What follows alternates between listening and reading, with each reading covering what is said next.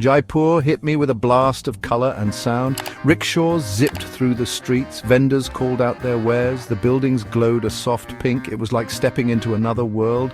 The air was thick with the scent of spices. I saw cows wandering freely, a common sight in India. The people were warm and welcoming, their smiles as bright as their clothing. Jaipur was already an assault on the senses. I had heard tales of Jaipur's beauty, but seeing it firsthand was something else. The Pink City, they call it, and it certainly lived up to its name. The color, a dusky rose, was everywhere. It bathed the city in a warm, inviting light. My journey had only just begun, but I could already tell Jaipur was a city that would stay with me. There was an energy here, a pulse beneath the chaos that was impossible to ignore. I was ready to explore its every corner. My next stop was the Amber Fort, a majestic structure perched high on a hill overlooking Jaipur. The fort was a blend of Mughal and Rajput architectural styles, a testament to the city's rich history.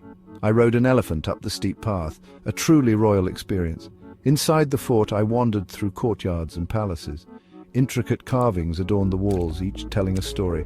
I imagined the Maharajas and their courts, the grandeur and opulence of a bygone era.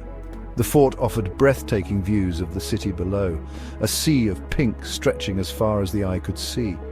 The Taj Mahal, or Palace of Mirrors, was a highlight. Thousands of tiny mirrors adorned the walls and ceilings, creating a dazzling spectacle of light and reflection. It was said that a single candle could illuminate the entire hall. Amber Fort was a testament to the ingenuity and artistry of the past. Standing on its ramparts, I felt a sense of awe and wonder. It was a stark reminder of the history that had shaped Jaipur and the stories that lay within its ancient walls. No trip to Jaipur is complete without a visit to the Johari Bazaar, the city's bustling marketplace. Here, the senses are overwhelmed by a riot of colors, smells and sounds. Silk scarves in every hue imaginable hung from the shops. The air was thick with the aroma of spices, turmeric, cumin, coriander and more. Vendors hawked their wares, their voices a melodic chant above the din. I sampled local delicacies, the sweet taste of giwar and the savory flavors of piyaz kachori. I wandered through the labyrinthine alleys, my senses on high alert. Silver jewelry sparkled in the sunlight, tempting me with its intricate designs. The scent of sandalwood incense wafted from a nearby shop, calming my senses. The Johari Bazaar was a feast for the senses, an experience that stayed with me long after I left.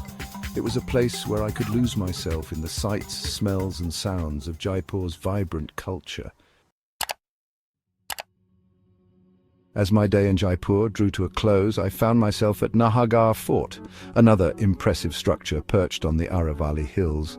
The fort offered panoramic views of the city, and as the sun began to set, the sky erupted in a blaze of colors. The pink buildings below glowed in the warm light, their color intensified by the setting sun. The sky transformed into a canvas of orange, pink and purple hues, a breathtaking spectacle. I watched as the sun dipped below the horizon, casting long shadows across the city. As the stars began to twinkle in the night sky, I reflected on my day in Jaipur.